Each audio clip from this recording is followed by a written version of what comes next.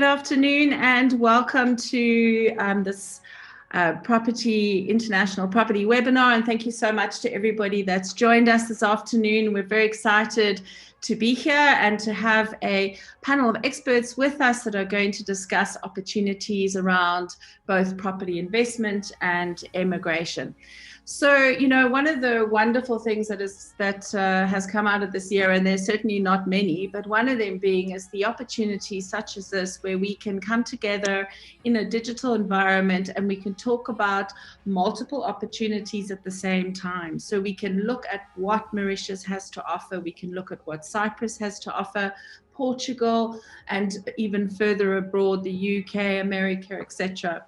So we're very, very glad today to have experts representing all these different countries who will be able to share information and expertise with you. I think what we'll do is we'll introduce our panel first, and then we'll do a little bit of housekeeping before we get the show on the road.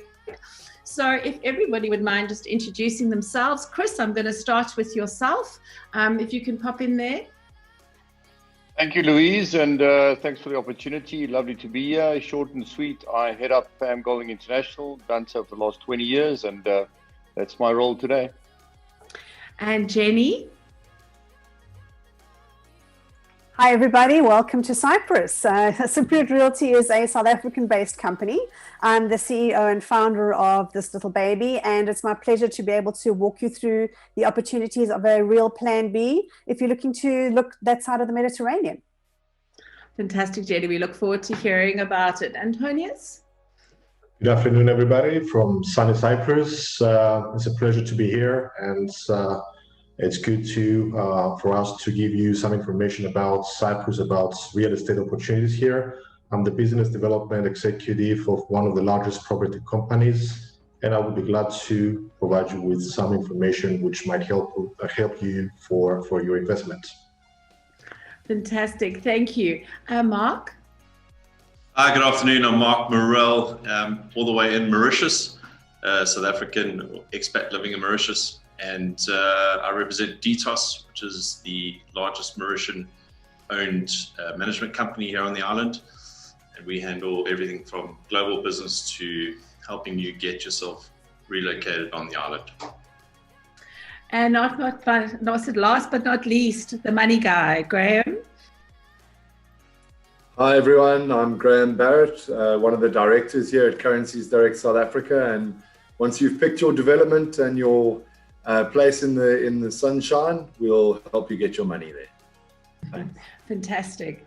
I don't know if you mind me referring to as the money guy, like the IT guy, but the money guy. So before we get going, let us do just a quick bit of housekeeping. So if you look at your screen, and I'm sure many of you have now done a few webinars over the course of this year, but you'll notice there's a little box at the bottom that says chat. If you click on that, this is the opportunity to pop any questions that you might have for the panelists. You put them into the chat box once the panelists if they're not presenting or once they're finished, plus the team that's on the back end, they'll be able to answer any questions for you. This is also recorded, so we'll be able to share this content across all our different channels, and you'll be able to review it at your leisure. We will also be running some polls throughout the webinar. We find that the polls is a great opportunity for you and us also to see what your needs are and what's happening within the industry, and would be very grateful if you could answer them. You'll see one has come up now. Once you've finished answering the poll, you can just click on the little red button at the top, and that will disable it, and you can carry on listening to the webinar. So I think let's get going so that we watch our time. I know we're all very busy and we're very excited to hear what we have to say. So Chris, maybe I can just hand over to yourself. Julie, if you could put Chris's presentation on. Okay, thanks again, Loiuse. I think you still got the quick poll up there. Did you come off? That's just on your one, Chris. If you just click on the red button at the top of the poll, you'll disable it. It's all done. Yeah, all right, got you. So not a great start, but there we go. Thanks again for the opportunity, guys. Yeah, so Pam Golding International started about 20 years ago. Initially, we were very, very London-centric. as a South African company, we needed to cater for the event that a local person wanted to buy a property internationally. Our go-to place in the early years was London. You can just scroll through the presentation now, and I'll get to the right slide. I'll stop you when you get to the right slide. So those are the countries that we operate in today. I was talking earlier about the UK, but today we're in Portugal, Malta, we're in Grenada, Seychelles, Mauritius, Cyprus, and the USA. I was saying earlier that our go-to place was the United Kingdom.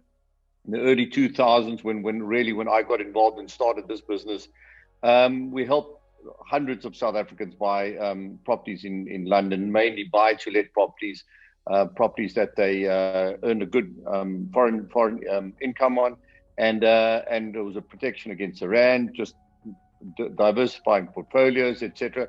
was really good for us.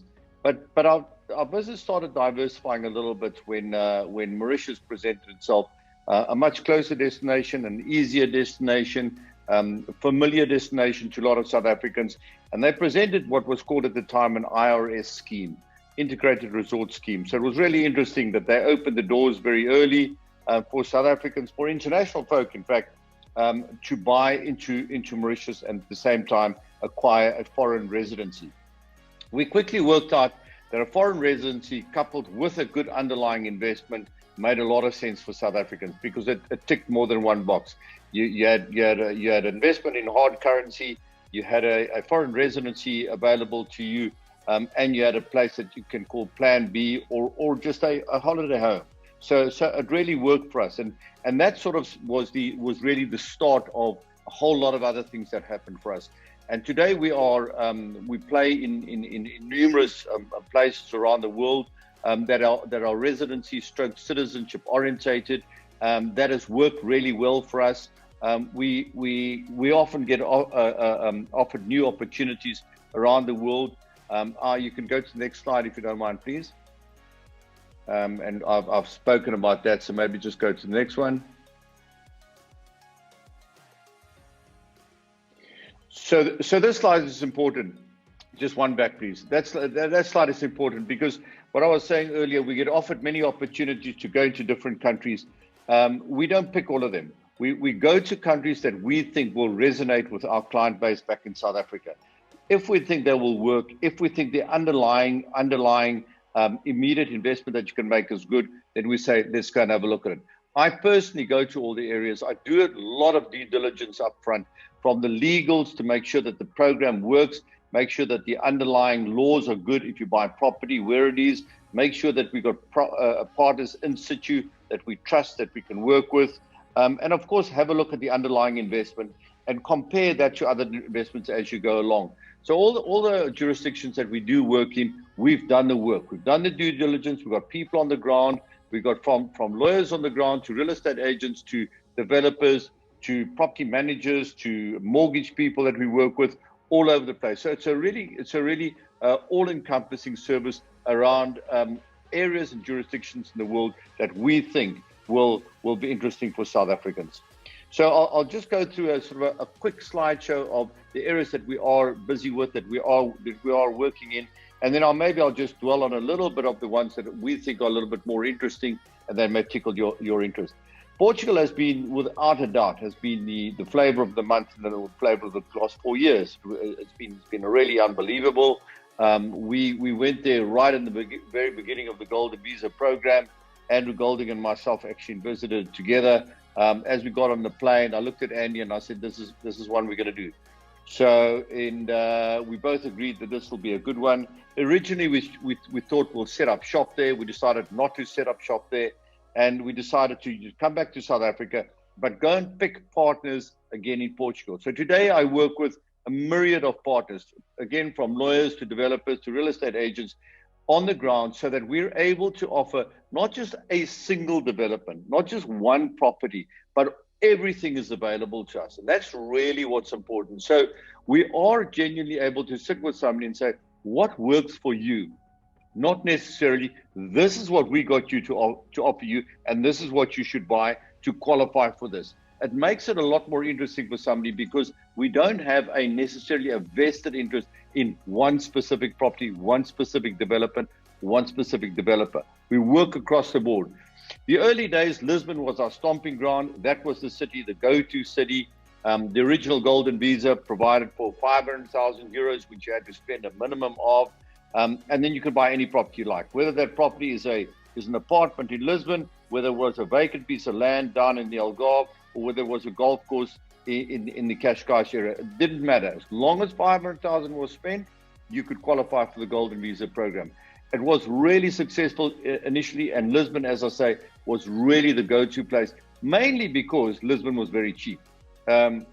Initially, when we got there were a whole lot of factors that were keeping Lisbon back from the development that other Western European countries have gone through, most notably on its neighboring country, Barcelona, which we took as a sort of a model of this is where Lisbon is going to get to. And Lisbon is going to get to where Barcelona is today in the next 10 or 15 years. And that's why we still think that there's not a lot of legs left in Lisbon. And as we go along, we're still going to sell more property in Lisbon. So the program is an interesting one. You spend 500,000 euros, you buy a property, you get a golden visa, which entitles you to go live, work, and play in Portugal from that moment on. So roughly 9 months from the day you start the program, and then you retain that status for 5 years. The status that you're a resident of Portugal, you're a resident of Europe, meaning you can travel freely throughout Schengen Europe, which is obviously something, you know, as an initial nice to have, really interesting for South Africans. But the ultimate goal, of course, is to obtain citizenship. So once you go through the 5-year period, during that period, you have to visit the country 14 days in the first 2 years, 14 days in the next 2 years, years 3 and 4, and 1 week in the 5th year. After that, you can apply for citizenship. And of course, once you've obtained citizenship, you can go live, work, play anywhere in the EU. And that's really the end goal for most people, not necessarily because they want to leave South Africa, but maybe for their kids that want to go, you know, they'll go work in Amsterdam, they want to work in Berlin, they want to go work in Munich or whatever the case is. So that is the ultimate goal. This is one of the areas, Cascais, which I almost, it's similar to Camps Bay is to Cape Town, Cascais is to Lisbon. It's just right next to Lisbon, 15-20 minute drive away from Lisbon. A lot of South Africans aboard here, stacks aboard here. Their tenants literally work in downtown Lisbon. So it's really, really close, great area. And that is the true Riviera. We're going to talk about the Algarve in a minute, which is probably more familiar with a lot of South Africans. But the true Riviera is closer to Lisbon. It's the Cascais. That's where the golden area is. That's where the really good areas, the really good schools, good universities, etc. Algarve is very holiday driven. So this is really second home kind of style. So if you bought here, you would not necessarily have a long-term tenant that works downtown in a city close by. Here it's more a holiday. You maybe do it on Airbnb, or you'd have holiday tenants, that kind of thing. So it's different. But again, we can offer you something here. So you want a house in Algarve on a golf course or overlooking a beach, we can help you for sure. It's just that there are different places that you can invest in. If you go one slide further, I just want to dwell on something else. So in Porto, this is the second biggest city in Portugal. Just been voted, by the way, by Monocle magazine as the best small city in the world. It's truly magnificent city. That's the river, the Douro River that goes through there. It's the home of port in the world, biggest cork industry in the world. Really special. Just flip to the next slide, please. About 2 years ago, they introduced a second tier or second category of golden visa, and that was typically referred to as the 350,000 euro golden visa category. You get exactly the same rights if you bought a property for 500,000 euros, 700,000 euros, or €1 million, or if you bought this property for 350,000 euros. So you don't actually buy a property here; you buy a share in a bigger thing. In a hotel like this is a real live example. This is one of the things that's going on right now. It's a Marriott hotel, going to be operated by the Renaissance brand. It's right in the heart of Porto. In fact, this will be the flagship development for the city of Porto for the next year. You pay 350,000 euros. You get a 3% annual return, fixed return on your money. And after the period, after you've applied for citizenship, you get your 350K back. So effectively, your downside is underpinned, but at the same time, your upside is capped. But you get some certainty, works for a lot of people. They're getting a return, their capital is protected, and they're getting the golden visa. So this has been brilliant during COVID, because if you wanted to buy a property in Lisbon and a flat in Lisbon, go and spend 500,000 euros or 600,000 or 700,000 euros. It's not small money. Typically, the guy wants to see it, or the lady wants to see it. So they say, Chris, we're interested, but we're going to go when things normalize, when it opens up properly. This over here, you can strike immediately, because it's a transaction that you can do sitting in your office or in your lounge at home, and immediately get onto the golden visa program, because that's what people want to do. Because time's marching on, and the quicker you get on the program, the quicker you work towards your European citizenship. So this is definitely one that we're marketing strongly at the moment. We can move on to the other. I'm just mindful of some time. Don't want to eat into too much time. I'm not going to spend much time on Cyprus. I'm not going to pretend to be an expert on Cyprus. We've got two people here today talking about Cyprus, Antonis and Jenny. I will defer the Cyprus to them, just to say that we do it. I've been there plenty. I've had a look at it. We like it. It does work, but it's not something that we are as focused on, I would say, as Portugal. I can talk to you about it. I can show you what it's about, but I will in this instance defer to Antonis and Jenny, which know it a lot better than I do. So we can go to the next country that we're involved in. Malta. Malta is a very interesting one. Brilliant program. Some say it's the gold standard in citizenship programs around the world.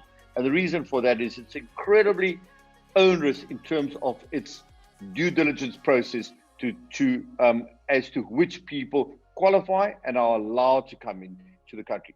Problem is the program is closed.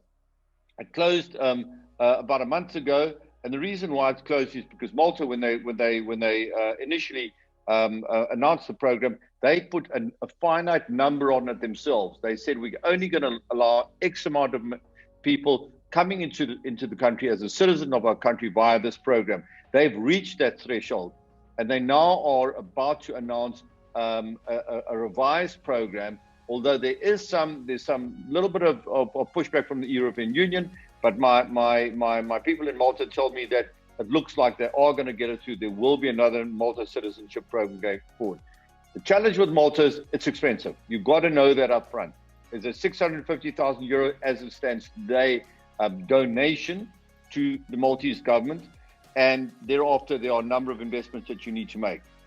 Once you do that, you do, however, get your European passport within 18 months to 2 years. So if you're prepared to do all of that stuff and you're prepared to go that way and spend that kind of money, it's a great way to go, because it really is the gold standard. Right now, they still have the residency program, which is up on your screen at the moment. The residency program does not require that 650,000 euro donation, but it does require you to make a property purchase of 320,000 euros or rent a property for 5 years, consecutive years at 10,000 euros per annum. That gives you a Maltese residency, but importantly, does not entitle you to get citizenship. Certainly not in absentia. You can apply if you can actually live there, but that becomes a completely different kettle of fish. Our focus mostly on these things are when you're living in South Africa, not necessarily moving elsewhere. So you gain all of these rights that you can gain by still living and enjoying the benefits and the beautiful lifestyle we have here in South Africa. So maybe go on to the next one, if you don't mind, please. United States of America.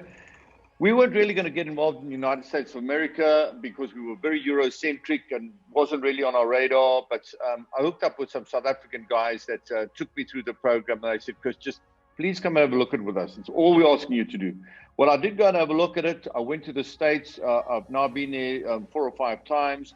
Literally flew all over it in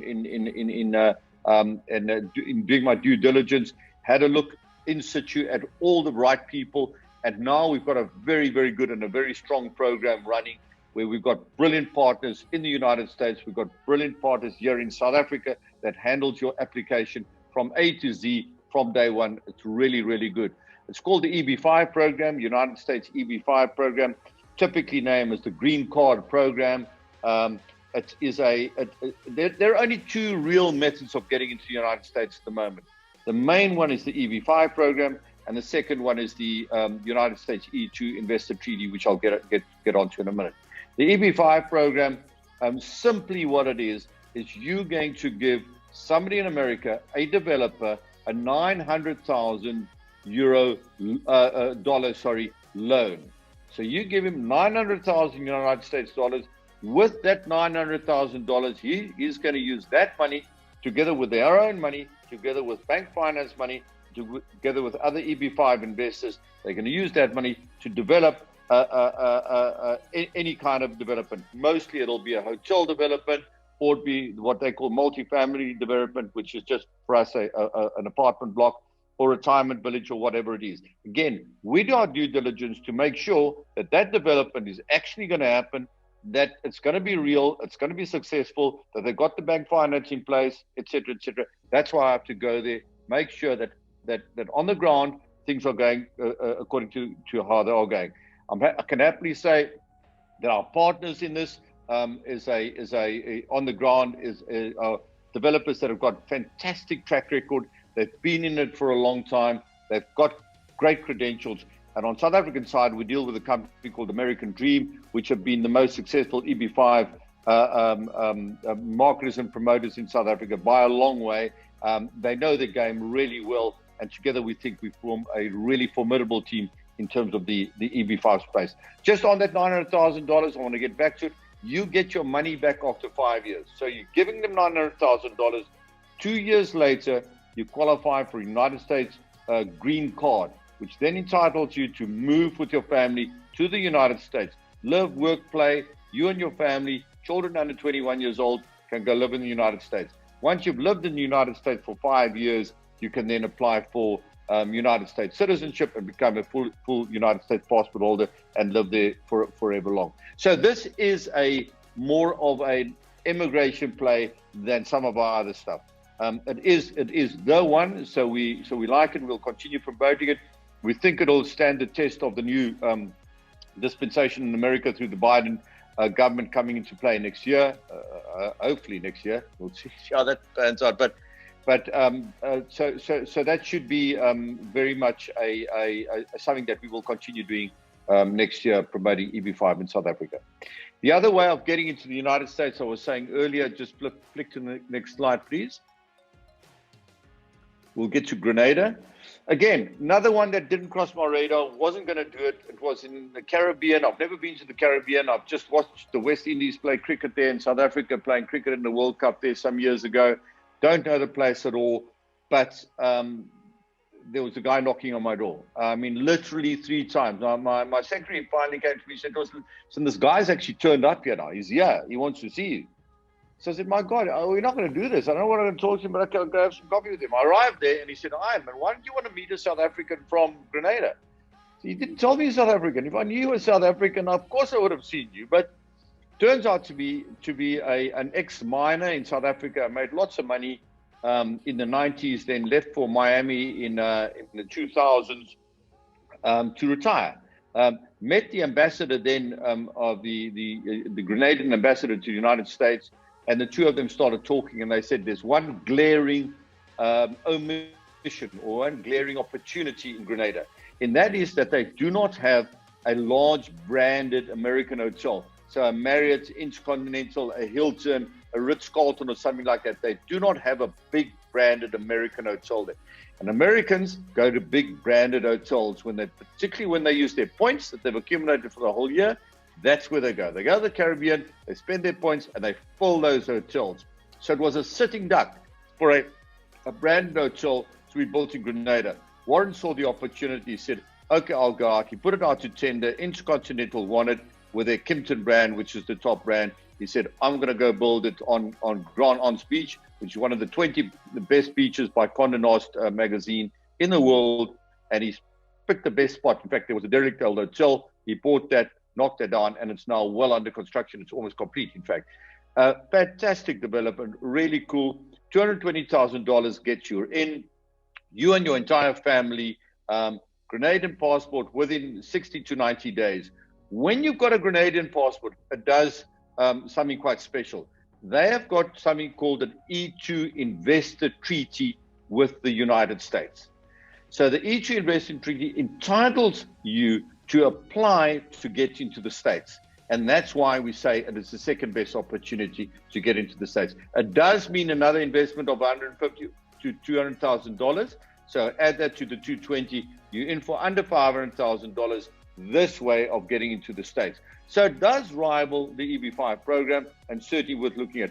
This has been our second most successful program in the last 2 or 3 years. It really, South Africans like it a lot. Don't want to take too much time. Next one, please, guys. That's the Kimpton Bay. So that's just a CGI. So that's not quite built yet, but it's almost like that. Mauritius. Again, Marc Maurel will talk a little bit about Mauritius, but it'll be remiss from me for not just putting our flag there, on that beautiful white sandy beach. We were there right in the very, very beginning when they launched the first international program called IRS, as I was saying earlier. In fact, we helped them with that legislation right in the very, very, very beginning. I was on the first stand that was ever sold as an IRS development in Mauritius. Been a brilliant investment for us. We've got now 3 offices. We've got 45 people working there. We've done, we were the other day, we were having a look at it. We've almost done $1 billion worth of sales in Mauritius now over the years, mostly to South Africans, but also a lot to French. We've got a big French component there. So a great opportunity. We pick the areas that we work with there very, very carefully. Again, we go to the areas where we think resonates with South Africans. South Africans just love going to the West Coast.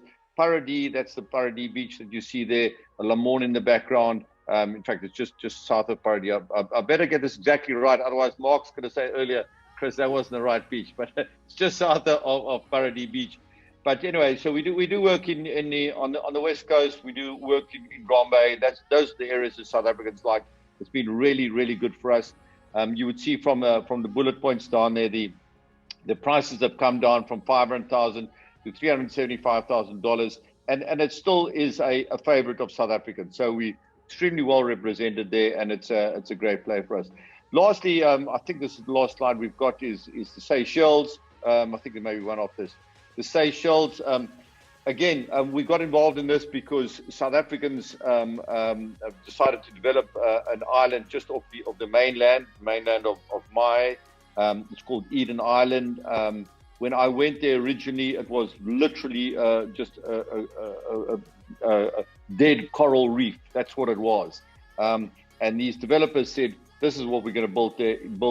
We walked away for 3 days, and we thought this developer smoking his socks. I mean, this is just never going to happen. It's just too good to be true. This was in 2006, by the way, guys.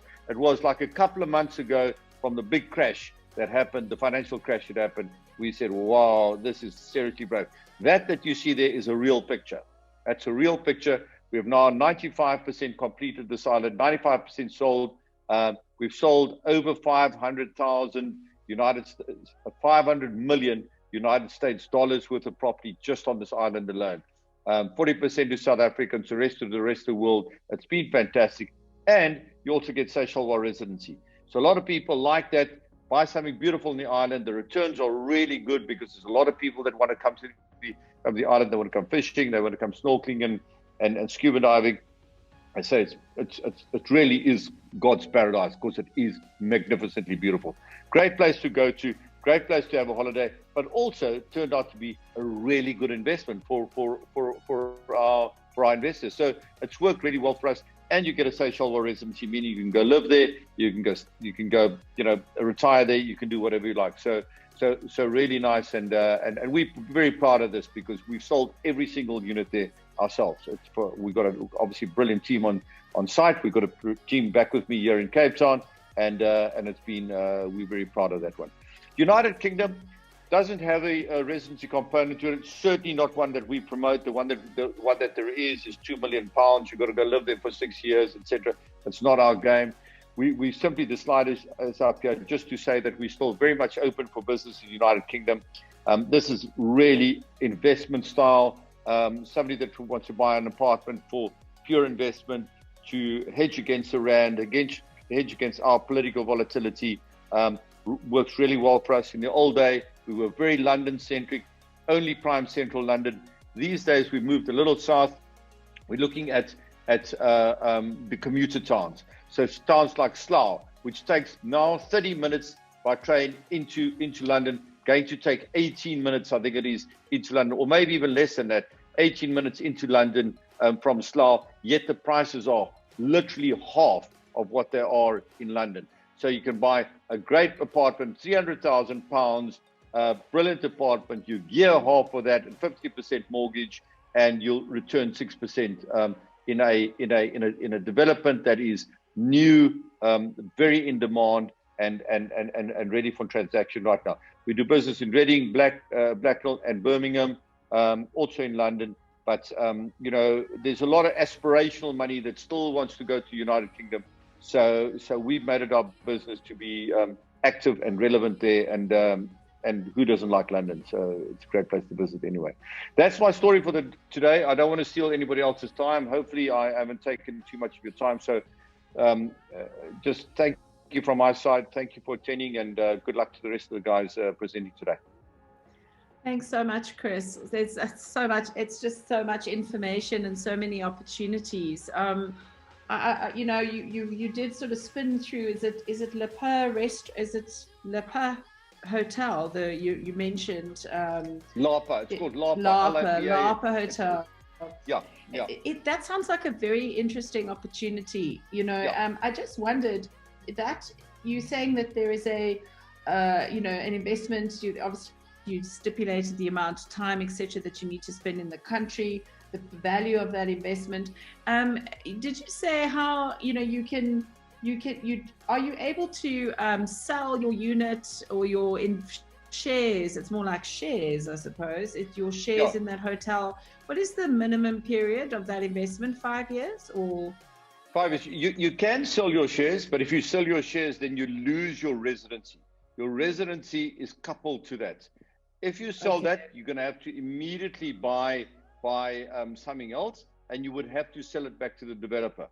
But your exit would be you won't get your full 350k back at the end, which you would get after 5 years. If you sold after a year, there will be an early release clause to it, and you'll have to pay something to be released. What I didn't mention, incidentally, you get 1 week's free usage of it every year. So when you do go stay there, in your compulsory stay, your family can stay in your unit. So is that investment tied to a specific unit, or is it just to the actual development as a whole? No. So as I said, in your unit, I thought about better just clarify that quickly. So good question, Luis. No. So that's not what it is. What it is you buying into the whole. So they're calling for 100 investors. I think it's a bit more than, I think it's about 140 investors. They're calling for 140 investors. So you'll become 140th owner of the whole. The bricks and mortar, the land that it's on, the softs that it's in, the cutlery in the restaurant. You're an owner of 140th share. That's how it works. And then they've already signed an agreement with the Marriott Hotel. They then run that hotel on your behalf on a 20-year management program. You're going to stay with them for 5 years. After 5 years, the developer is going to buy all of you out. All 140 people will get bought out, and now the developer becomes the sole owner of it. So you've basically financed that for him at 3% return. He's getting cheap finance from you. That's how your attorneys.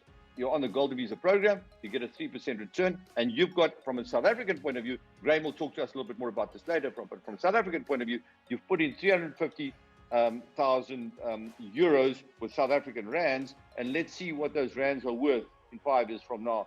In all likelihood, sadly, they will be worth more today than they were then. So that's your upside of. And how sorry, I know we need to move on, but how protected is an investment like that? What are the fail safes? Will the development? Okay, so a couple of things. Carry on. Yeah. Okay, so a couple of things. Firstly, the land is paid for, right? So that's, there's no bank financing here at all. The Marriott Hotel, they've signed a long-term lease after doing enormous amount of work to it. They got full support from the Porto government or city, because they need a conference center badly. In fact, the mayor of Porto is opening it next month. The groundbreaking ceremony next week. The groundbreaking ceremony is being done by the mayor of Porto. This is the developer's 9th development in Porto. I've seen all the other ones. I've been to all of them. I've met the head of construction. I've met the project managers of all the different companies which they outsource, which have to build this hotel. So I've gone to look all along the way how they've done all the other stuff. How is that stacked up? Where they are, their hotels are opening up. They've got 2 other Hilton hotels.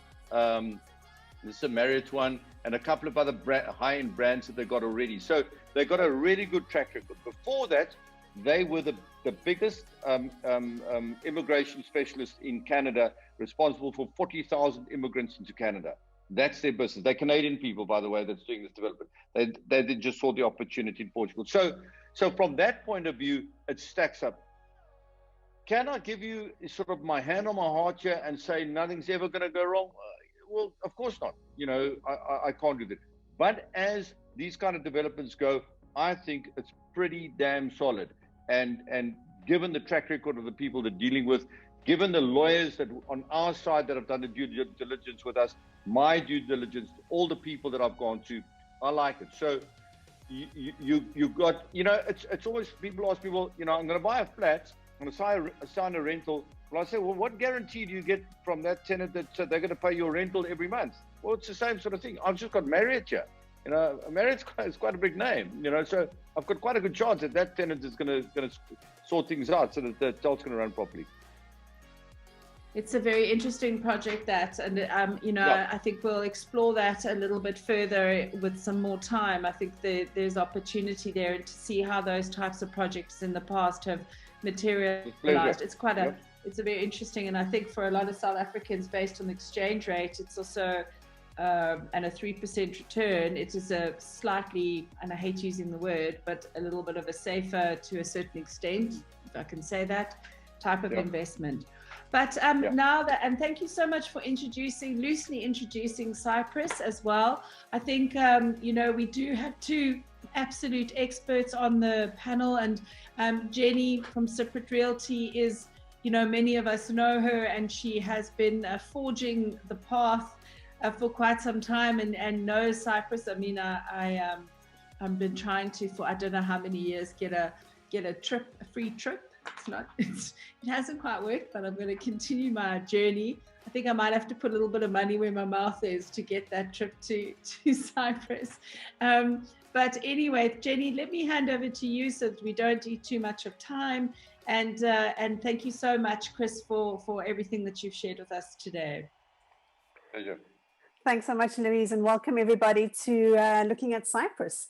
So Julian, over to you with the presentation so we can get going.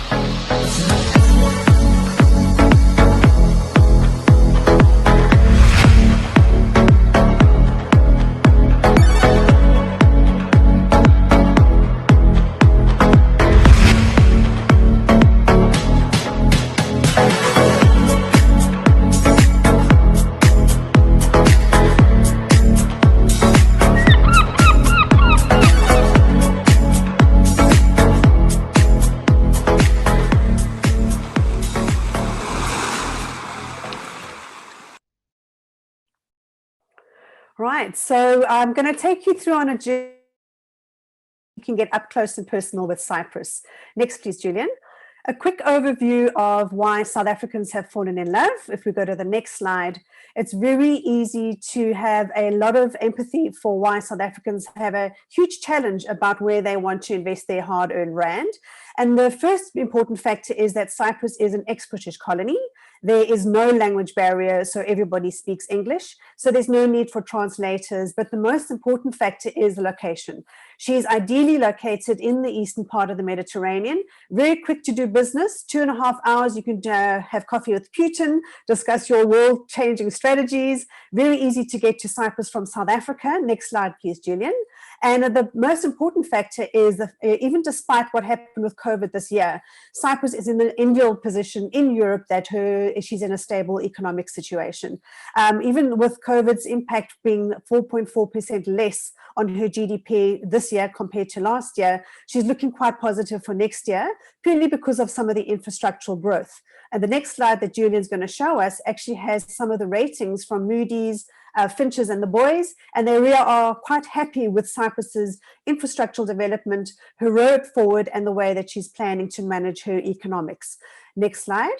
If we have a look at where South Africans are more importantly concerned is about where is a safe place to invest, where is a safe place for me as an individual and also for my family. And this slide and stat was taken from an international organization where they looked at all of the criteria when it comes to traveling into another country, the social and economic aspects, where it makes more sense for the family to be involved, and Cyprus rated 5th overall in that whole European spender. So it makes quite a big huge impact for people wanting to realize their dream. Next slide. The other reason that South Africans are quite keen at looking at Cyprus is the fact that there's huge potential in terms of money pouring into the economy with the natural gas that has been discovered on the island. All of the big boys are involved. You've got the Israelis with the Noble Energy Group that took the very first sector. They're expecting to roll this out by 2023, which is not a long way away if you look at geographic terms. And 4.5 to 8 trillion cubic feet of natural gas is expected to be drawn out of those waters. Next slide, please, Julian. This is going to have a massive impact on the economy purely because of all of the infrastructure that's going to be developed. They already are in final negotiations with the 800 million to 1 trillion euro investment of their pipeline linking Egypt to Cyprus and Europe with all of the natural gas. This is going to be going through the different jurisdictions. Next slide will also show us that in terms of the interest from huge infrastructures and developers, the biggest casino resort that is ever going to be built in Europe to date is going to be built in sunny Cyprus. It's a 550 million investment. It's the Hong Kong boys who know all about casinos and betting and how to actually look after those big players. And this is the very first development of its sort in the European Union where you're going to have this amount of capital being thrown into one development. Next slide, please. But the big important factor for people wanting to know about when they want to invest and how they want to invest, especially if they're going to be spending time, is what about the medical and what about the education facility for myself and my loved ones? Well, on the right-hand side of the screen, we can see a word in Greek that says GESI, and GESI is Cyprus's national health program. And the very good news for people who are wanting to invest in the residency program is that automatically, because of your residency status, you're entitled to and we're encouraged to become part of Cyprus's national health. This has a massive impact on your cost of living because no longer do you have to fork out on heavy medical aid expenses. You have the opportunity to be part of a first world Eurocentric health and medical facility. On the next slide, Julian, we're going to actually have a look at the university and tertiary education facilities. Everything is in English. So if your child wants to study medicine, they are not faced with the quota systems that they are faced with in South Africa. They can happily study at an English-speaking university where their accreditation is going to be Euro accredited, and they're going to have one of the best educations when it comes to that faculty as well. On the next slide, we're going to see how Cyprus has actually got itself involved in being very favorably regarded with regards to tax. So you'll see, comparing Cyprus to South Africa, although that is slightly higher, we have a very flexible rate structure here. It's not a flat structure like we have in South Africa. More importantly, there is zero inheritance tax. What that means is that on your death, You no longer have to pass over a lot of your estate to your descendants. There's actually a zero inheritance tax regime here. And corporate tax, for those of you wanting to set up a business, is capped at 12.5%. And if you are considered a non-domiciled taxpayer, which you will be because you haven't lived in Cyprus, you pay 0% tax on the dividends that you draw out of your company. So this is massively important in terms of why it makes financial sense. Dividend tax is at 0%, as I mentioned. And on the next slide, Julian's going to show us the variance in terms of your personal tax structure. So if you have a property in Cyprus, your first 362,000 Rand of your rental income that you earn every year is zero rated. You will not be taxed on that income in Cyprus. The top end sits at 35%. And as we know, they've increased our tax structures in South Africa quite considerably. So just on a tax saving, it makes a lot of sense to be able to use your mechanism and your investment property to realize much more capital in your account at the end of each month. On the next slide, we're going to go through some of the practical aspects of Cyprus. The incredible lifestyle, as that very short video clip showed you, means that you have access to beautiful, pristine outdoor activities, first world golf courses. In fact, those of you that are golf lovers would have seen the pro that happened a couple of weeks ago on our little sunny island. And that created quite a lot of interest for people wanting to invest in the country. We've discussed the casino resorts, and they even have snow on the mountains for 3 months of the year. So for snow addicts, those that like the glühwein and popping on your skis, we can even tick that box for you in terms of the leisure opportunities. If we go through the next slide, please, Julian, I'm going to show you very quickly about your Plan B options in Cyprus. First one is obviously the residency program, which is very appealing and attractive. It involves your legacy plans that you can actually leave something meaningful to those that are coming under you and your great and great grandchildren, possibly relocation if you're looking so inclined, including retirement, but the lifestyle elements are what is ticking a box for so many people. If we go to the next slide, Julian, I'd like to share with our viewers today just some of the options that we do have on the best Plan B things that you can look at. First one is looking at securing permanent residency. Then I'm going to touch quite briefly on the immigration and relocation plans. So if we go to the next slide, I'm going to introduce you to two plans that Cyprus has. The first one is called the Fast Track Program, and the second one is called the Category C, or commonly known as the Slow Track Program. So on the next slide, we're going to show you the difference between the two. Cyprus's Fast Track Program has been voted by a number of authoritative bodies by being the best program, residency program in Europe for a number of reasons. And as we go through the next slide, I'm going to show you some of the reasons why. So the first one is who qualifies. In Cyprus, on the Fast Track Program, 3 generations qualify. It's the main applicant spouse and their children, all of the dependent children under the age of 25, plus their parents and the parents-in-law. So if you look at this scenario here we have 10 people who will automatically qualify for immediate permanent residency by buying a single property for 300,000 euros. And as we go to the next slide, we're going to go into a little bit more of the details of the program. So as I mentioned, you have to buy a property for 300,000 euros. It can be a maximum of 2. This, by the way, must be a new property or a newly built property or an off-plan property. It cannot be a resale. In addition to your capital investment of 300,000 euros, 30,000 euros must be put into a 3-year fixed deposit account in Cyprus. There needs to be proof of income of 30,000 euros for the main applicant, 5,000 euros for the spouse and each dependent child. And if you're including the parents, it must be 8,000 euros per annum each. The documentation that needs to be presented is the proof of your source of your funds. Of course, they want to be squeaky clean, and naturally, you need to have a clear criminal record. On the next slide, I'm going to go a little bit more deeper into some of the benefits. On the Fast Track Program, in 2 months, everybody who has applied on the program gets permanent residency immediately.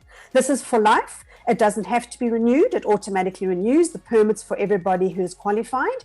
You can rent out the property, which is why we've got a dollar base included on that property house. And you do not have to go back to Cyprus to keep your residency valid, except for 1 day every 2nd year. The taxes that you'll pay on buying your property is a VAT structure of either 5% if it's going to be your primary residence, or 19% if you're using that property as an investment tool.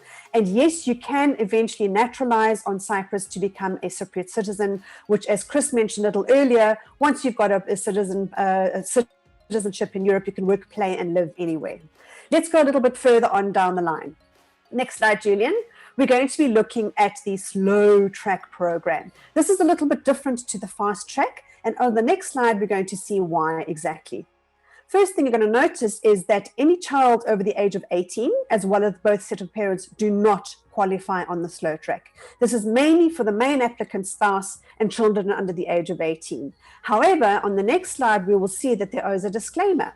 First of all, this is the only program where non-related or multiple people can jointly buy a single property, and everybody in their own basis, whether it be mum and dad, whether it be siblings together, can apply for residency using the jointly owned property. So this is really nice for those of you that want to put together a consortium, buy a property in Cyprus. You'll also then individually be entitled to apply for residency, qualifying as per the next slide I'm going to show you for your residency using the jointly owned property.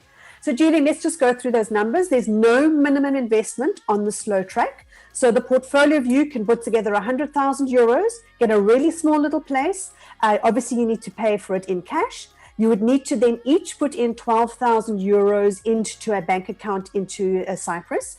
You need to prove your income.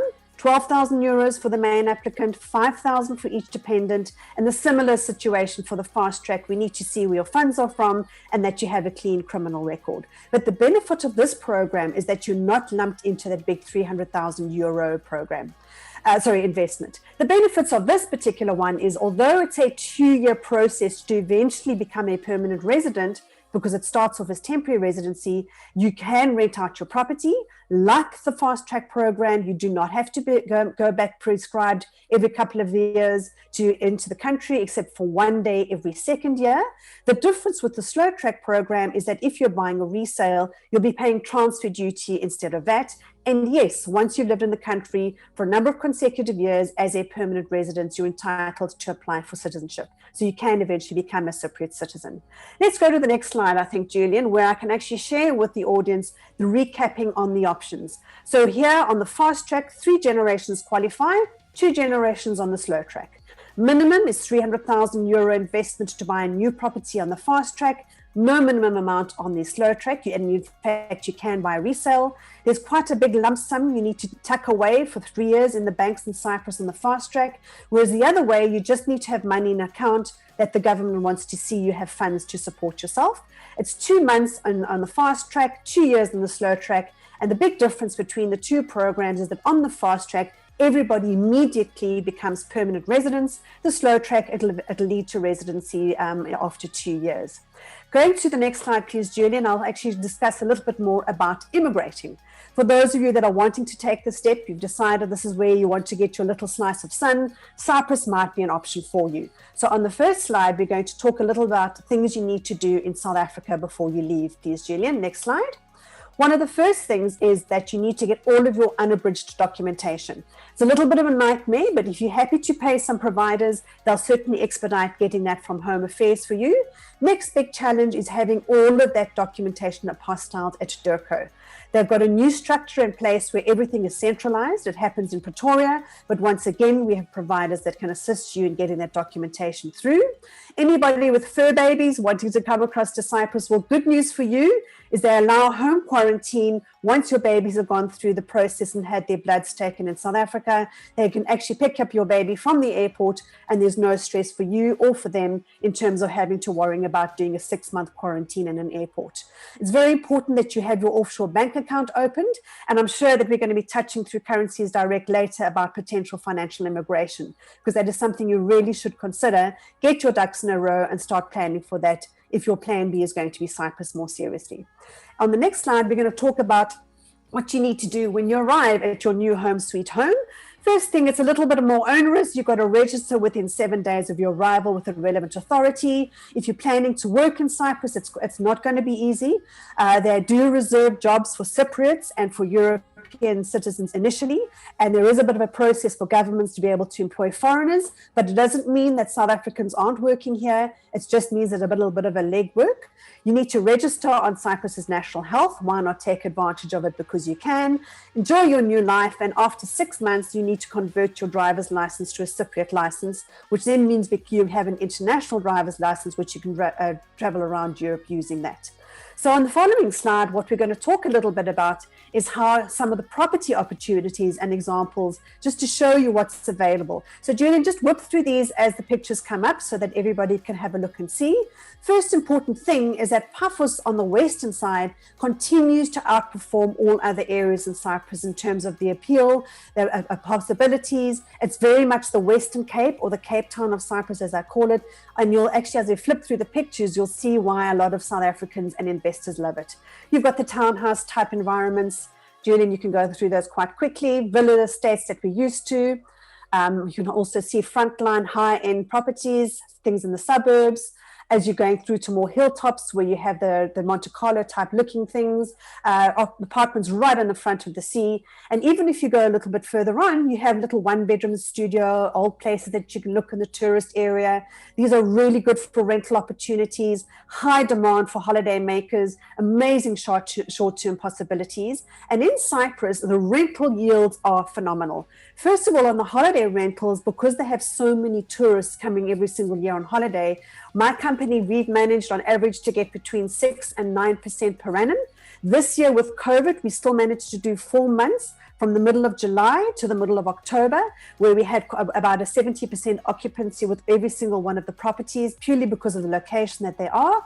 Generally, on the longer term leases, you're looking at anything from 3.5% to 5% is your conservative opportunity, again, depending on where that property is located. Moving on, please, Julian. So in having a look to see why this time is right to have a look at Cyprus, the markets are certainly bouncing back despite COVID. Everybody wants to be within a 7-kilometer wedge of the coast where they can see the Mediterranean, perhaps even hear the sea as it's crashing on the shore. They want to be where there's favorable tax opportunities in a jurisdiction that there's no language barrier, where they understand and it's clear. The natural gas discovery on the island is going to have an incredible effect on the economy, on the value of property, and the demand for people wanting to live, work, and play in this space. And the residency legislation is going to be a very small window of opportunity until they potentially change it, like they did with the Citizenship Through Investment program, which was closed down at the beginning of the month due to some faults that they found and some nefarious activities that was actually undiscovered that happened to close the program for basically the whole country. But that's a discussion for another time. If we move on, please, Julian. So in essence, what this actually means is that there's a partnership to make everything that I've covered in this presentation to date a reality. You'll see on the next slide that in the center of your the opportunity is myself and my team. We will help you look at the property opportunities. We're very much involved with negotiating and assisting you with providers with your offshore tax structures if you're wanting to set up a legal business. We liaise with the relevant parties to help make sure that your taxation implications are up to date. You know how to move your money. We'll assist you in opening up your offshore bank account and getting your money out through the guise of like Currency Direct. My rentals team, if you're looking to do the short-term property rentals, would love to take the property, put it on our portfolio of books and start getting you in some opportunities from the European Union and the UK. We have a high rating on booking.com, repeat guests on Airbnb. And of course, when you're looking for that relocation possibility, we'll introduce you to providers in South Africa who'll come and pack up the house, put it in a container, and you can start enjoying your life. On the next slide, we're actually going to conclude in terms of now what? What is the next step in the plan? We're going to go forward from there, please, Julian. So the first thing you need to look at is coming up when the skies are open and South Africans are allowed to fly to Cyprus. We've got a wonderful tour inspection trip opportunity. On the following slide, we'll see a little bit of the detail. So first of all, it's for yourself, your significant other. It's a completely customized and bespoke trip. It's not like we're putting everybody on a bus and we're all trundling through the streets of Cyprus and looking at property. This is your time. We value it. We appreciate it. We're looking at you individually. It's very confidential. And on the next slide, you'll see what's involved from a financial and investment point of view. You need to buy your tickets to Cyprus. Thanks, Julian. You basically are going to need to pay for a visa if you don't have a Schengen visa in your South African passport. The first 3 nights, we'll put you up at a 5-star hotel. Currently, I see airline tickets are between 10 and 15,000 Rand per person return, looking either on Emirates or on Qatar Airlines. We'll put up a 5-night inspection trip opportunity. First 3 nights, I pick it up. You're my guest. Thereafter, it's 120 euros per couple per night, and we'll whiz you around and show you all the opportunities. We'll introduce you to a firm of attorneys that will sit down and discuss your needs. Any taxation experts that you're wanting to discuss your business opportunity, this is the time, your look, see, discover trip, that we'll be able to do that for you. On the following slide, you'll be able to see an overview of the hotel that we're going to be putting you up in. This is the 5-star Coral Beach Hotel. And in conclusion, on the last slide, please, Julian, thank you very much. Whatever your plan be in Europe, Cypriot Realty is there to hold your hand. We've been going for 12 years and we're located in South Africa. And I'm very proud to say that this year we were awarded as the best permanent residency program for 2020 in Europe by an American consortium called the Build Operation. And they realized the work that we've been doing, the hundreds of South Africans we've managed to relocate, the hundreds of investors that we've managed to get into Cyprus, and they're quite impressed with what we had to do. So that's Cyprus for you. We look forward to seeing you when the skies are open. Welcome to Cyprus. Wow, Jenny, thank you so much. It's just so much information. That's incredible. And like I said, we're recording everything. So those of you who want to spend a little bit more time analyzing the information, please, we'll send out that recording come Monday. I have a number of questions, but because I know that Antonis is going to cover some of those questions in his presentation, I'm going to hold back for now and keep moving forward. I think that what there is, like moving to any or investing in any country, there's so many facets that you need to understand and be equipped for. And I think that, relationships, trust, transparent relationships, integrity with the people that you deal with, confidence in both the developers, we said earlier, so that you can minimize risk, is so important. Those relationships are so important. And I think that's something, Jenny, that you've really brought to the market, is a strong brand, a strong relationship, and a number of years of experience. So thank you so much. Antonis, coming in from your side, from a developer side, it is fantastic to have developers on board with us. Because at the end of the day, no matter what you're selling, if that development doesn't come off the ground, or if you don't have somebody who you can trust, you have a relationship with from a development, even in South Africa, buying off plan, there is always risk. So knowing the developers, knowing the developments, and and understanding what you have to offer is so valuable. So Antonis, I'm just going to hand over through to you, and if you could perhaps, Julie, if you could just pop on the presentation, and we can then maybe ask some few questions afterwards. I'm sure you're going to answer a lot of what I have to ask now. So thank you. Thank you, Loiuse. It's a pleasure to be, first of all, part of this webinar. Before I move on with the presentation, I just wanted to mention that in the last 3 years, we have seen a growing demand from South Africans that they wanted to get more information on the real estate opportunities in Cyprus, as well as about the residency program, which Jenny very well described earlier. And definitely, next slide, please. I will try to provide you with some information on why Cyprus can be seen as such an attractive property destination. I will go through some of the benefits of living on the islands, as well as cover some of the tax benefits which relates to real estate. We will go and see the process of buying a property in Cyprus very quickly in 5 very simple steps. Talk a bit about who we are as a company, Aristo Developers, and at the end we will see a selection of our developments which we believe could make excellent options for either to use as investment or as a holiday home or as a permanent residence. So next slide, please. So as most of you probably already know, Cyprus is the 3rd largest island in the Mediterranean, and it's actually the first European country that you come across when you fly from Asia and Africa. As Jenny mentioned earlier, due to the location of the island, which is between 3 continents, it has always been considered to be a gateway to Europe, as well as a business hub around the region. And definitely is a gateway to Europe, especially for those people that don't not only come and buy properties in Cyprus, but at the same time, they apply for the permanent residency visa. Next slide, please. Next slide, please. So many people might ask the question, okay, why should I choose Cyprus over other any property destinations? And definitely there's a number of reasons for that. First of all, Cyprus offers a high quality of life, which by far is one of the most attractive attributes of the country. Cyprus was also voted as the 5th best relocation destination worldwide, as well as the 4th best retirement destination around the globe by Knight Frank reports. Definitely, safety is another reason why many people choose Cyprus as their favorite location, as not only provides highly valued safe environment, but also it provides extremely low crime levels.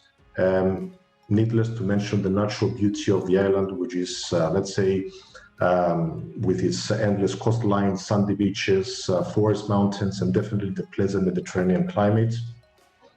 Next slide, please. In addition, the country offers excellent infrastructure, which makes day-to-day life very easy and cost-effective. We have a modern motorway network which connects all main cities and thus shortening the distance between them to just a half-an-hour drive. We have the 2 new international airports, which one is based in Larnaca on the east, and the other one is based in Paphos on the west side. Obviously, projects such as marinas, golf resorts, shopping malls, and theme parks are also established in Cyprus, which offer any new visitor or any new resident of Cyprus, they make them feel like home. Definitely, English is widely spoken in Cyprus, I would say by 95% of the population. And we also drive on the same lane on the left-hand side of the road, like in South Africa. So by having South Africans moving to Cyprus, they feel more comfortable with that as well. We also have high standard educational institutions. There's a number of public schools as well as private international schools, universities, colleges in all main cities of Cyprus. And in regards to healthcare, as Jenny mentioned earlier, we have established the DTOS, which is a general healthcare system of Cyprus that was as per last year. So any new resident of Cyprus have free access to quality healthcare services as well. Next slide, please. In addition to the previous benefits mentioned earlier, Cyprus as a country also offers one of the most favorable tax incentives in the European Union, especially which is related to real estate. In Cyprus, we have 0 inheritance tax, 0 transfer fees for any property which is a new buy. So for someone who buys for the first time in Cyprus and it's a new build, it's a 0 transfer fee. And for resales, for second hand, is half transfer fees. Normally, the rate of transfer fees is between 3 to 8%. In Cyprus also, we have 0 property tax. So no matter how many properties one buys in Cyprus, pays nothing as an annual property tax, which again is very important. The government of Cyprus, in order to boost the economy and bring fresh money to the country, also introduced the VAT reduction policy, which states that any buyer who is buying for the first time in the country, and that will be his first residence, has a choice to go with a 5% VAT instead of paying 19%. But at the same time, the client needs to know that if he goes with a 5% VAT, he will not be able to rent that property within a 10 years of periods. If he wants to rent the property, then he needs to pay the difference of 14%. Another very important thing is, because we got the question from many people, can I also establish a business in Cyprus? Definitely they can do that. And we also have one of the lowest corporate taxes in the European Union, along with Ireland, which is just 12.5%. I know in South Africa is 28%. And also the capital gains tax that we have here in Cyprus is only 20%. Next slide, please. Now, buying a property in Cyprus can be done in a very simple process, in 5 steps, I would call them. First of all, the client needs to arrange for a property viewing with one of our sales representatives here, make a choice or choose the property that he likes, sign a reservation agreement which shows his commitment to buy the property, and put down a small deposit just to reserve the property. The next step is to assign a lawyer, which he will assist with the due diligence of the property which will be selected. sign the property sales contract, and after the 40% of the property price is cleared in our account, then the lawyer will have the contract stamped and registered into the land registry, just to secure the ownership on the name of the client.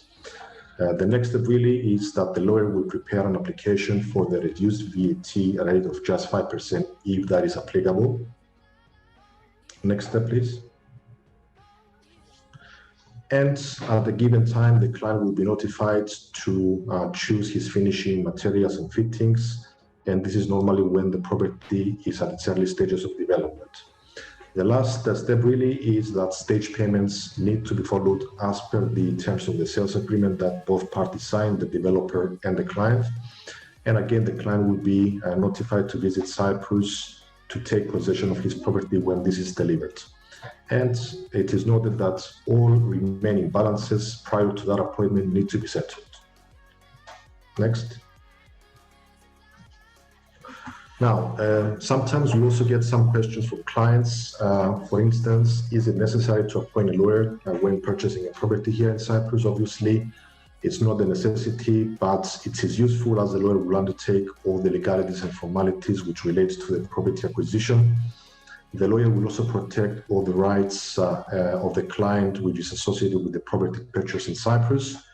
Another question that we get is, can we sell the house at any given time? Obviously, the client can do that provided that they have already paid for the property and they took possession of that.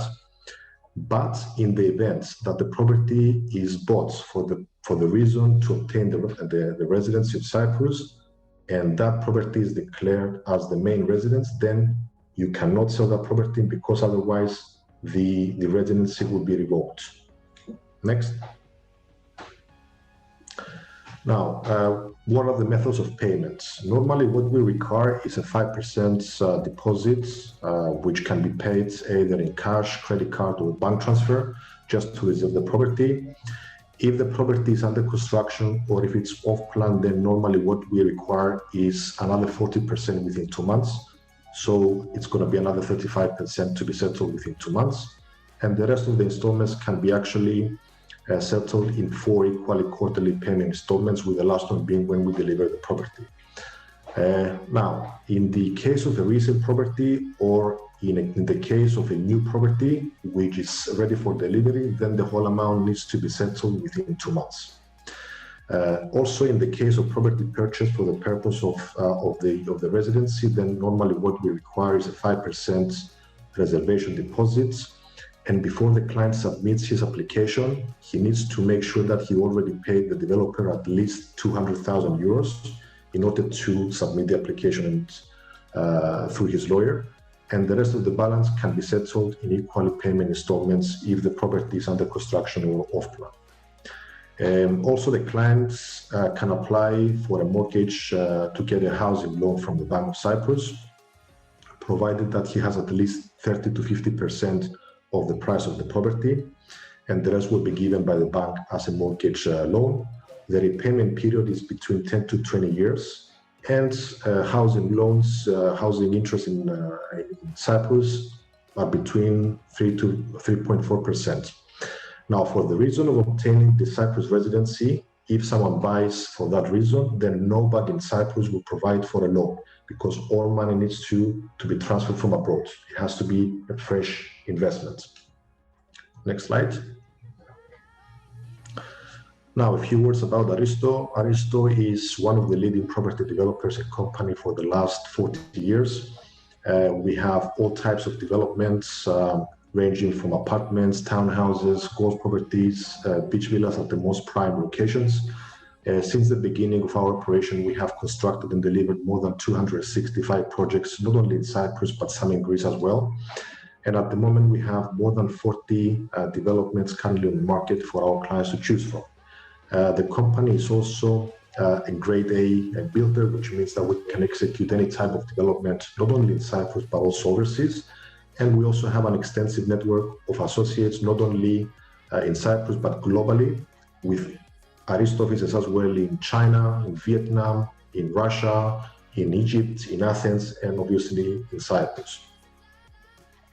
Next slide. So Aristo don't only builds properties, but at the same time we create landmarks. One of these landmarks is the Venus Rock Golf Resort, which is one of the biggest, I would say, project in Cyprus. It's a project within a 10 million square meters of land. Already there we have constructed and sold more than 800 villas, and we have another 5 phases of properties. Each phase has another 100 properties in it to deliver. The King's Avenue Mall again, which was constructed by Aristo, is one of the biggest and newest shopping malls in Cyprus, and it's based in Paphos. That was an investment of around 200 million euros. And under our umbrella is also the International School of Paphos, which accommodates around 800 international students. There we have a kindergarten, a primary school, as well as a high school. Next slide. And just to see a selection of the developments that we have, Krinos Court is a new development that we have, which comprises of 2 blocks of apartments, 1 and 2 and 3 bedrooms. It's between the city center of Paphos as well as the tourist area. It has fantastic views of the sea and the city. It's only 2 kilometers from the sea. And this development is ideal for permanent living as well as for investment, especially for buy-to-let.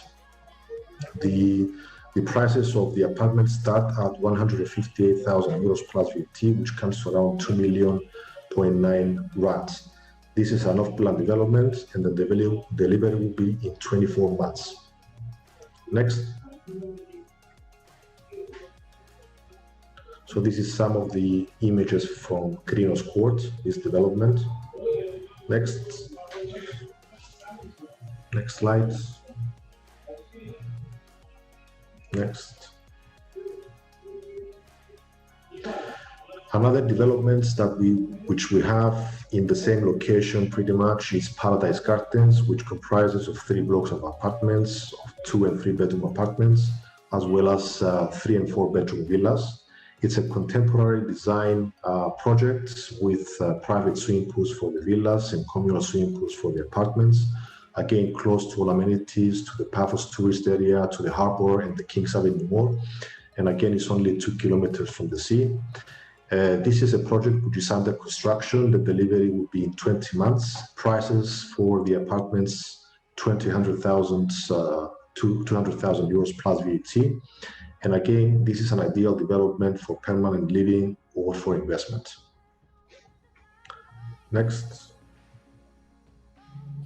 So this is some of the pictures of the project.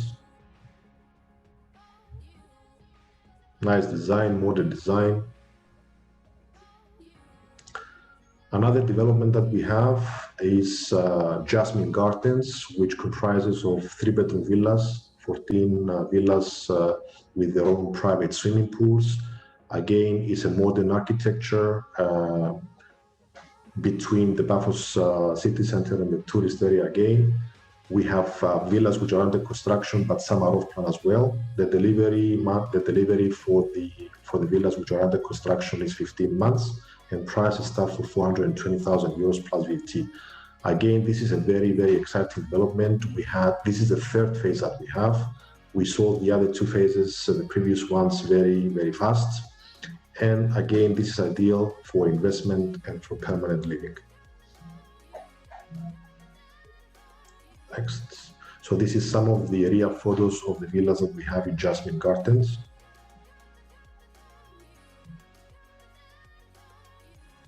Viewpoint Hills is truly another amazing development. We already made some sales with South Africans in this specific development. This is on the western side of Paphos in an area called Peia. It's settled on the top of a hill overlooking the sea, amazing sea views. It's only 6 kilometers from the sea. It's close to all amenities and to Coral Beach, which is one of the most renowned beaches in Paphos, close to the Paphos Zoo, and only 15 kilometers to the Akamas National Park, where there's the Blue Lagoon as well. Again, all of the villas are contemporary design. They come up with their private swimming pools, large living areas. But I would say that this development is ideal for permanent living. Some of the villas are under construction, and the remaining ones which are off plan We have a delivery date of 18 months. Prices start at 590,000 euros plus VAT. Next, some pictures from these villas. Truly amazing design. And Aquamarine. Aquamarine is purely for investment. It's a project which is a walking distance to the beach in the heart of the tourist area of Paphos, close to the Paphos Casino and to the Paphos water park. It's walking distance. There we have 3 and 4 bedroom villas with their roof terraces. And again, almost half of the project is gone. It's sold already. And because there is a lot of potential for this development, especially for short-term rentals, and prices start from 800,000 plus VAT. Next, this is some of the pictures of the project.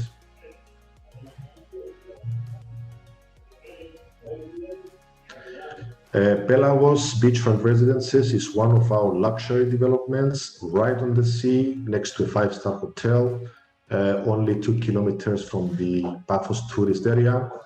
We're talking about fully automated houses, contemporary design, huge spaces, huge plots. And again, this is a project which is ideal for permanent living as well as for investments. Prices for this one start at 990,000 euros plus VAT, but we're talking about very large villas in very, very large plots. Next. Some pictures of the villas. Elite Residences, another development in Venus Rock in the Golf Resorts. Again, here we have 6 villas, all 4 bedroom. Again, modern design, big spaces, all they come with their own private swimming pools and roof terraces, and it's only 1 kilometer from the sea. This project, I would say, is ideal for permanent living. It's an off-plan development, and the delivery date is within 20 months. Next one.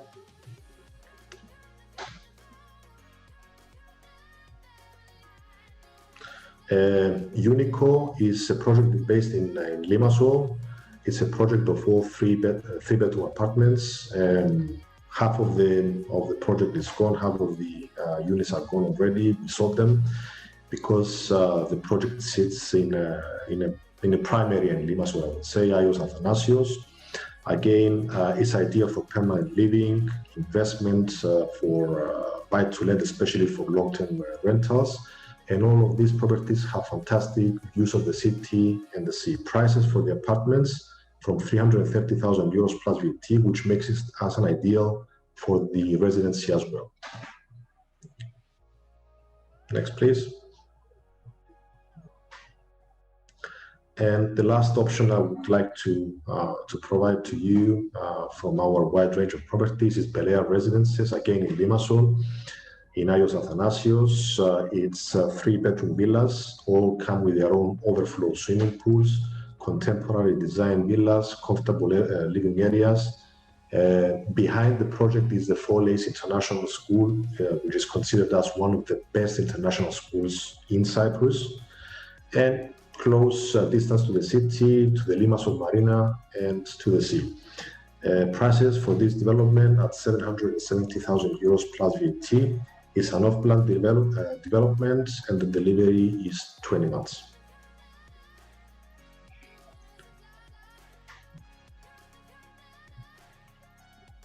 So thank you very much. Thank you for your attention. Luis, back to you then. Thank you so much. That is such a wide variety of options. And then I was just trying to make a note of the kind of price range. So by the looks of it, it starts at around 2.9 for an apartment, right up to 18.5. So there's definitely a wide range of opportunities, each with their own individual locations and obviously offerings. It's quite a comprehensive portfolio. And what I wanted to mention is, at the moment, as a company, we are readjusting our prices. So prices will be even less than what I've shown you. Absolutely. So there's a lot of opportunities. lots of opportunities, and we've seen that. You know, I know we're sort of, time is always of the essence in these webinars, and there's so much important information to share. But we've definitely seen that as well in Mauritius, where the opportunities have not necessarily everything is attached to some type of permit or residency program, but the investment opportunities have opened up so that you can bring in a much wider variety of investors. And I think that preconceived ideas of offshore property investment being only for the super exclusive and the super wealthy is definitely changing as these opportunities open up. Thank you so much for sharing and for the interesting information. I have a number of questions again that I'd like to answer. I think we try to pop some in the chat around financing options, banking. You did cover that, moving a business, and that's very important. And perhaps we can explore those finer details after the Christmas holidays, over some more webinars and in the content. So thank you so much. Marc, you've been patiently, Marc and Graham, thank you so, guys. We are getting there. We're running a little bit over time. I do apologize for that, but it is, this information is important, and the people that are joined us today are looking to understand these different options, and it's such a golden opportunity to have you all together, so I don't want to waste it. Marc, representing Mauritius, I mean, this is something that you're understanding, moving businesses, financial opportunities. Perhaps I can hand over to yourself, and you can just run through what it is that you offer and how South Africans can look at Mauritius as an option for investment. Okay, great. Well, firstly, I'm starting to feel quite territorial about my geographic destination.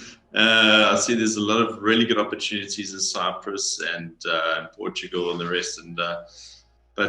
Anyway, so Mauritius. So I'm from a management company called DTOS, and just a bit of context around that. We are the largest independent management company in Mauritius. We've been around for 25, 26 years. We have over 20 billion US dollars under asset administration. We have well over 1,000 companies under our administration, several of which are Fortune 500 companies. So we've been around.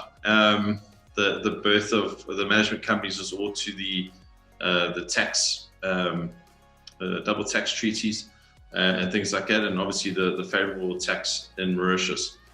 So we just go to the first slide. So sort of why Mauritius? Honestly, it's for South Africans, it just makes complete sense because one, it's very close, as you know, it's only 4 hours away on a flight. We only have a 2-hour time difference. So right now it is 6:24 in Mauritius, almost supper time. And the country's been ranked as one of the top major indexes for ease of doing business. It really is an incredible place to be able to do business, and everyone else says it is. So let's go to the next slide.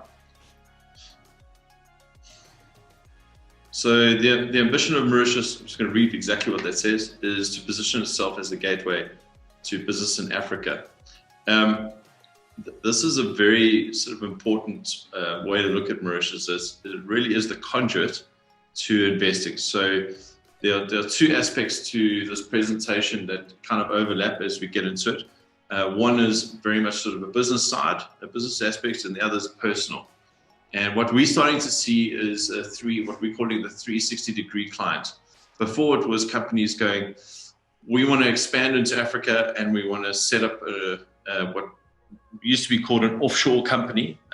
It's a bit of a swear word now. We don't like using those words. We call them global business companies. And they've set it up in Mauritius and run, because of the double taxation agreements that Mauritius has with a lot of European and African countries, you're able to trade through into Africa and grow your business and your footprint. If we can go to the next slide. All right, so let's look at the benefits. The big one is 15% tax. They call it the rule of 15. 15% corporate tax. There are obviously double taxation treaties. There's no inheritance tax. There are no capital gains tax. There's no wealth tax and no forex control, as well as the tax holiday schemes. Before going into the next slide, I just want to mention what those are. So the tax holiday schemes, we have global headquarter administration. That's an 8-year holiday on tax, no tax. Global treasury, 5 years. E-commerce schemes, 5 years. There is intellectual property, 5 years. There's also renewable energy, manufacturing of heavy machinery, as well as pharmaceutical production as well. I think those are 5 years. I stand to be corrected, but that's where they sit. All right, so in the next slide, there are various business structures. I mentioned that you have the global business, so the global business setup, the authorized companies, trusts and funds. They all have different rules and they all have different ways that they are managed. So for instance, when things are managed in Mauritius, it must be under effective management, under a management company. And there must be substance in Mauritius as well, so no letterbox type structures. You must have direct or indirect employees. And there is a minimum level of expenses that are required, and I think it's $12,000 per year. So those are some of the things that come into play. Go to the next slide. All right, so in the live, work, play sphere, I'm going to touch on just a few things. The occupation permit is the big one. There are various ways to get into Mauritius.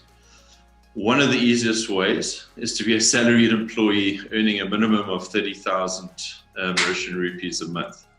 You say, well, that doesn't sound like a lot, Mark. I'm like, yeah, no, it isn't a lot, but try and get the job. So that's quite difficult to do.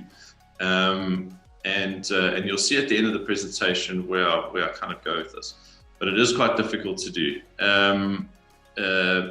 Obviously, there's a high employment rate here. I think there's only 3% unemployment at the moment, and yeah, we've got a lot of skilled and well-educated people on the island. But under the occupation permit, there's a minimum investment amount to obtain, and we mentioned it before. It's dropped from 500,000 US dollars to 375. The permit has also been extended from 10 years to 20 years. So that's really good news. So, occupation permit is exactly that, and it comes with a few benefits. The extension for retirees is 10 years renewable. So every 10 years they'll have to renew it. The minimum investment amount has been reduced from, so there's an investor portion that you can come in for an occupation permit, and that's been reduced from 100,000 US dollars to 50,000 US dollars. Salaried, like I've mentioned, the salaried employees, spouses of permit holders are now allowed to work and invest locally. This wasn't the case before. And parents, this is a big one. You can bring your parents. You don't have to leave them in South Africa and worry about them. And you're able to bring them across with you, and they can reside in Mauritius. So all big pluses at this point. If you can click to the next slide. Okay, so smart city schemes. This is becoming a big thing. This is very much like in South Africa, like a Melrose Arch type environment. I see a few heads nodding from my colleagues here. But yeah, very much like that. And that's becoming a big way, what do you call it, sort of a big way to develop on the island. So non-citizen holders of residence permits, occupation permits, or permanent resident permits will be allowed to acquire one plot of land not exceeding 2,100 square meters for residential purposes. This is getting really, really good in Mauritius, and a great way to look at it. So the premium visa is something I sort of want to highlight. I think, my presentation is quite short for the simple reason is that there's a lot to talk about in Mauritius. I don't want to sort of get into too much detail, but kind of just give something that I'm seeing a real opportunity for South Africans to figure out. So the premium visa is designed for people who want to ride out the COVID-19 pandemic and want to do it in a beautiful place. We need proof of financial means, so minimum monthly transfer of $1,500 US. You need to plan your stay, so you need to be able to say where you're going to stay and what that looks like, and letters from whoever that landlord is, or if you're going to go through a company like Pam Golding to help you out. You're going to need to have proof of health insurance. Professionals, retirees, tourists, and parents of students studying in Mauritius are all welcome. And the application for occupation permit is possible while in Mauritius. So you click to the next slide for me. Okay, so the real opportunity that we're seeing is an opportunity to come out here for a year. So South Africans that are looking to move, I went through this situation, which is why I think the opportunity is so big. Is you sit there and you and you're not sure what to do, and you don't want to go and take 2 weeks off and go and experience it in a holiday environment because you know that isn't reality. And also it's quite costly as well to do it. And you kind of, if you want to go to Mauritius, if you want to come here, you kind of want to spend a little bit more time here. So this gives you an opportunity to really make a decision over a year. And we're able to walk this route through with you. So we can help you get set up in a place to stay. We can help consult and freely to come and actually have a chat with you about your business, about your income and what that's going to look like. If you want to move your company across to Mauritius, if you don't, we really are here to help you make the best decision for you and your family. And I think the opportunity for South Africans to figure out whether Mauritius works for them or not is very real. And yeah, that's it from my side. If there's any questions, I see there are questions actually. I don't know if I'm. Thank you so much, Marc. Thank you. So when you say test the waters, you're referring then to that Mauritius. 1 year Mauritius, no. Yeah. The 1 year visa. I hope you're referring to Mauritius. Yeah, exactly. So you can go across, stay there for a year and experience. When you say that's what you did, is that what you did? Is that how you? Well, I moved to Mauritius. It's what I'm saying is we didn't have that opportunity. We had to just make the call and go, and we had different ways. We came a slightly different route, but what I'm saying is the decision to move is quite hectic. It is life changing, and starting again. It really is starting again. I don't care how much money you come across with. You're starting again, and there are various things that people need to take into consideration, like medical. What does that look like? Schools. Where are your kids going to go to school? Where to stay? I come from a Mauritian family, and arriving, I still had no idea where to stay, and it's very daunting. And groceries, once you get here, you're going, okay, great. I want the familiarity of home, and you start looking for groceries, and nothing looks the same. And but I will say it is starting to change quite a lot. And biltong is freely available here on the island. So we have some guys making some serious biltong here. It's pretty good, and you can get your local beers as well. So yeah, there are a few comforts from home on the island. And sure, well, so Woolworths is hot on your trail as well. So so how long have you been back in Mauritius, living there? I've been here for a year and 1 month. So. And you're enjoying it? I absolutely love it. It's brilliant. It's been a great move for us as a family, and we really are enjoying the environment.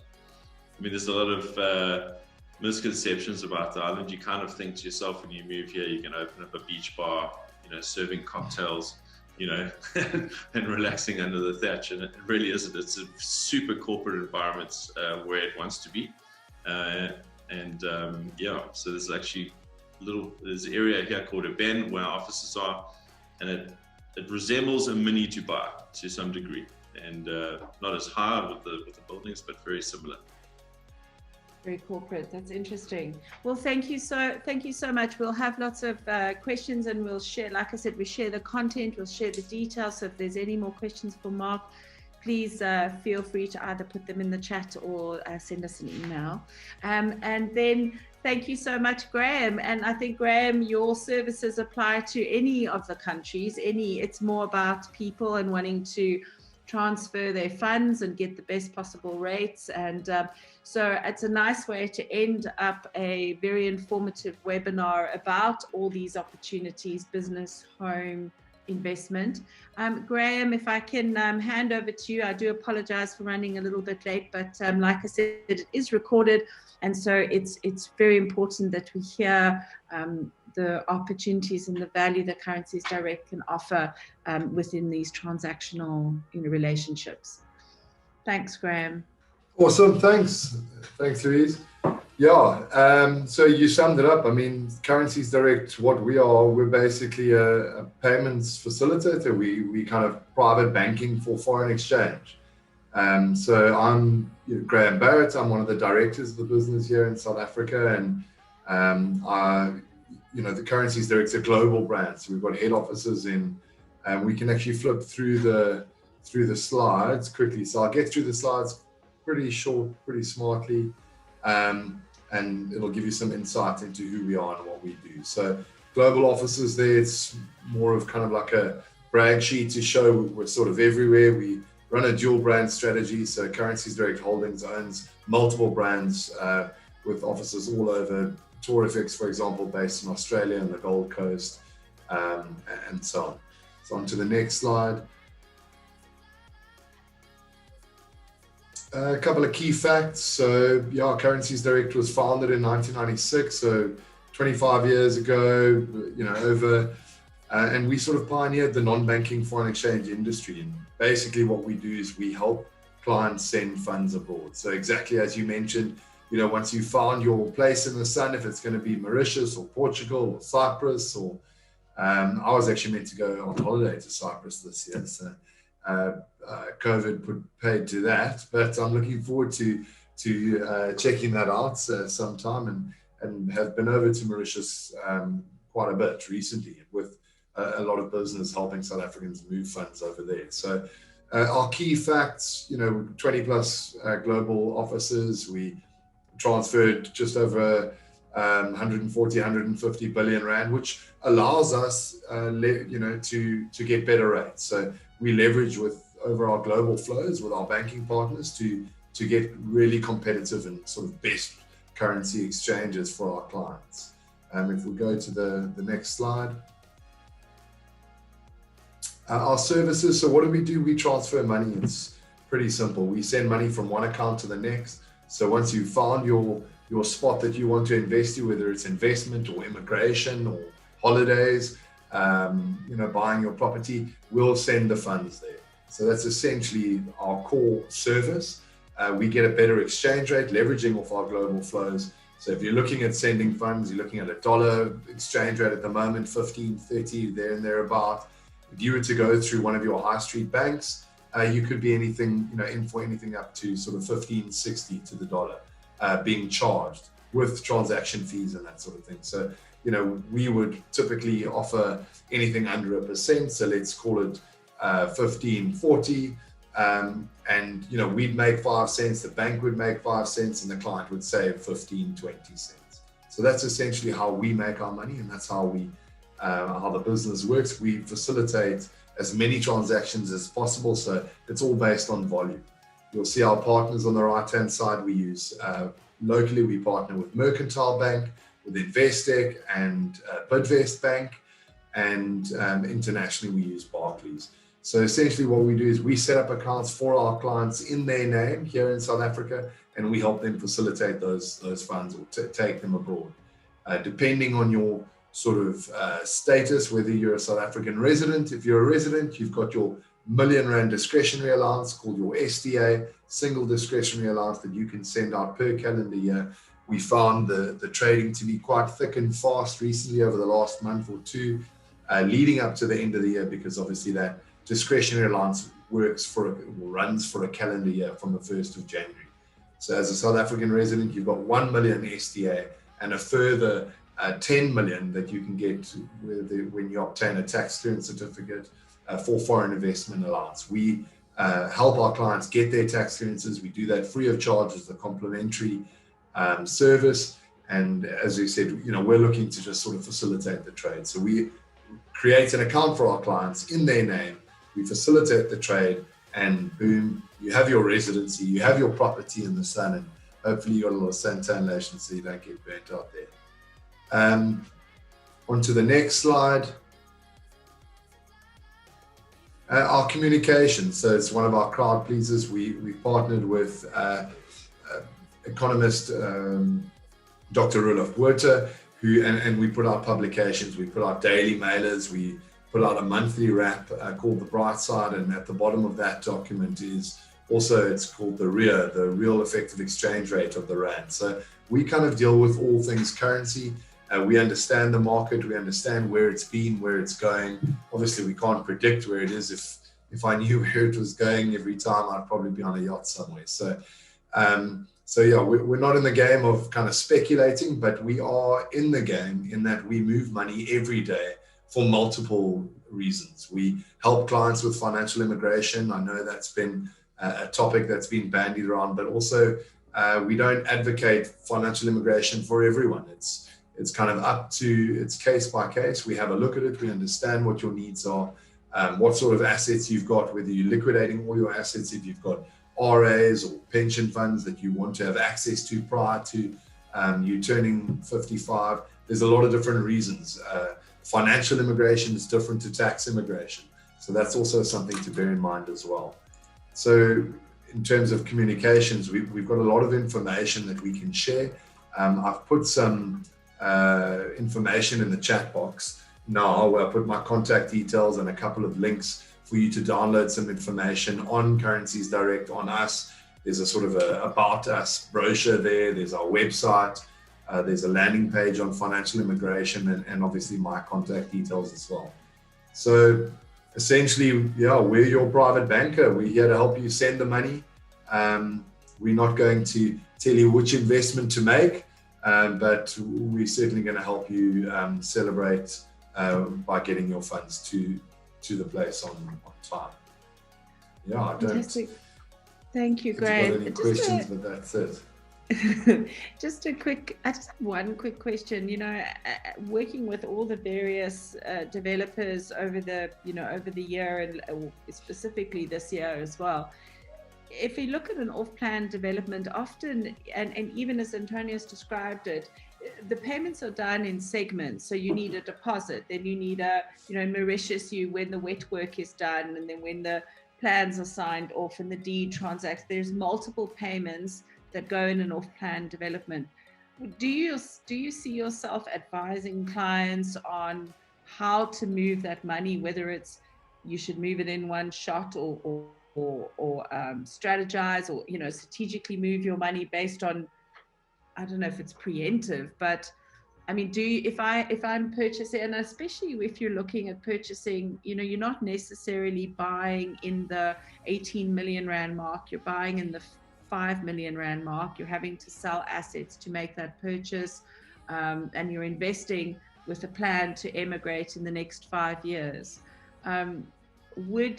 How would you be involved? What would your role be in a transaction like that? So we'd be involved in multiple ways. I mean, essentially, we create the accounts for the guys here, and then depending on their status and what they're looking to do, their time horizon is obviously key. So we can have a look at the market. We can tell you where the Rand is now, but I can't promise to, or sort of rub the crystal ball and tell you it's going to be at XYZ. I mean, we've been taking running bets in the office, and I bet one of my best mates that the Rand was going to get to 15.50 by December. He said it was going to 19 to the dollar. So it looks like I'm going to win that bet, but I wouldn't have put my house on it. So to answer your question, we can strategically position. We can give the clients all the options available. We can create their accounts. We can put them in touch with banks in the various regions to open their accounts there, and we can give them plans in which in ways in which they can structure their exchanges. What we can do is we can set limit orders and put a rate watch on. So we can watch the market. If they have a look and they say, right, if the rand touches 15 to the dollar, I want to then trade. Like that's a level that I'm happy to trade at. We can actually put that in as a standing order with the bank, so that even if it triggers overnight or over the weekend, that trade can be processed. So there's lots of ways and means, but again, it's all client specific and their time horizon. Do they have access to the funds, that sort of thing. The key is to get all your ducks in a row, get the accounts open, pick your development, have a look and say, right, well, when do I want to send these funds, and what time horizon do I have? When do I have to have the funds there by? And then crucially, actually what you want to do is you want to sort of take emotion out of it and say, right, well, this is a level that I'm happy to process or to proceed at. And when you get that, then you send your money and then that's it. If you're doing it for investment purposes, there's no point in looking back. If you buy a share today, you bought that share for a long-term value, you bought it for a 10-year.